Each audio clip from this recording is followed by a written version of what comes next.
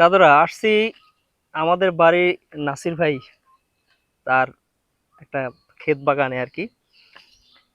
ওনার এই ক্ষেত বাগানে দেখি কি কি আছে দেখা যায় আর কি।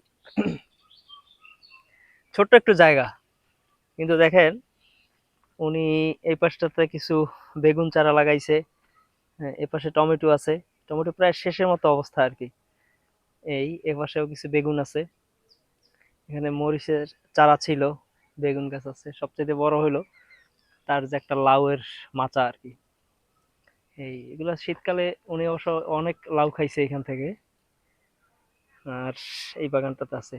গ্রামের বাড়িতে ছোট্ট একটু জায়গা থাকলে এরকম এই কৃষি দিয়া কিংবা বাগান কইরা খাওয়া যায় আর কি, এবং তাও সম্পূর্ণ বিশুদ্ধ আর কি।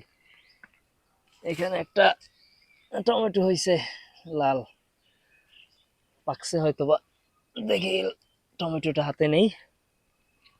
খুব সুন্দর। আর গ্রামের বাড়ির মানুষের